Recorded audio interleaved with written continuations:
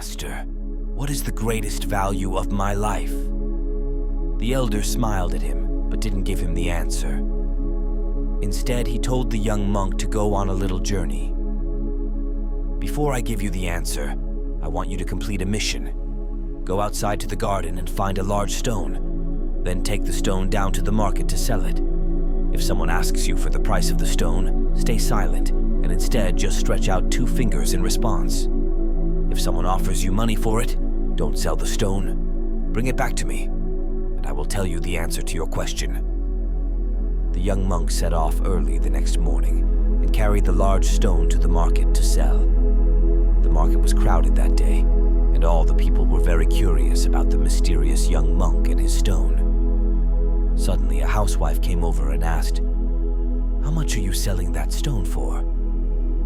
The young monk stretched out 2 fingers. The housewife said, $2? The young monk shook his head, and the housewife replied, "So it's $20? Well, okay. I've been looking for a good paperweight to use at home."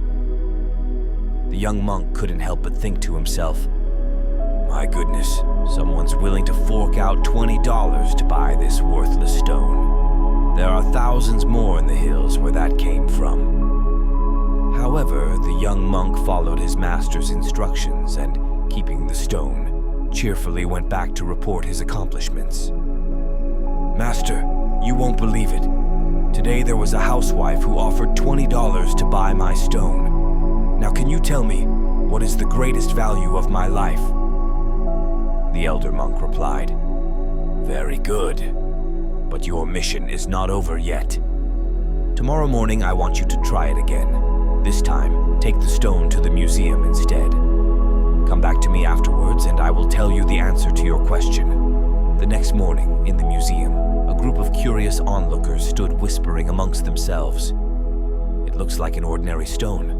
What's so special about it? There must be some hidden value, or why would the young monk bring it here?" At this moment, a person sprang out from the crowd and shouted out to the monk asking, "Young monk, how much are you selling this stone for?" Once again, the monk didn't say anything and just showed him 2 fingers. The man said, $200? The little monk shook his head and the man replied, "Of course, $2,000 then. I will carve this stone into a statue and make it a work of art."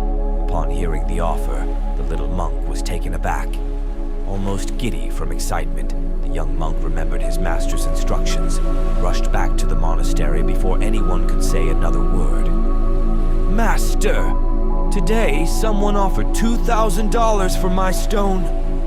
I don't believe what's happening.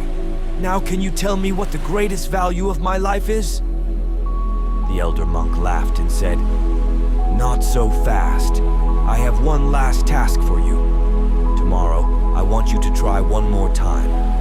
This time, take the stone down to the art collector's shop.